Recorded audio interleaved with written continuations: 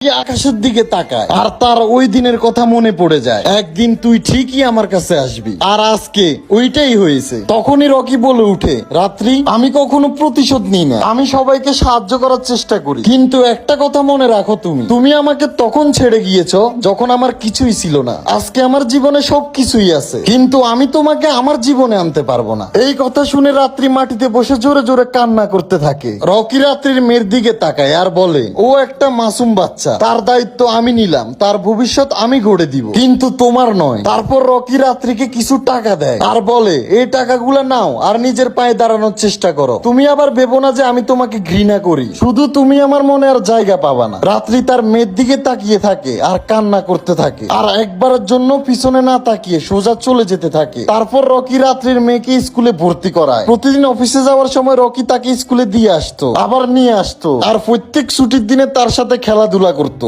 আর সব সময় তাকে বলতো, বাবা মনে রেখো, প্রকৃত মানুষ তারাই হয় যারা পড়ে যাওয়া মানুষকে টেনে তুলে নেয়, আর তোমার মনের দরজা ওই জায়গায় খুলবে যেখানে তোমার ইজ্জত বেঁচে থাকবে।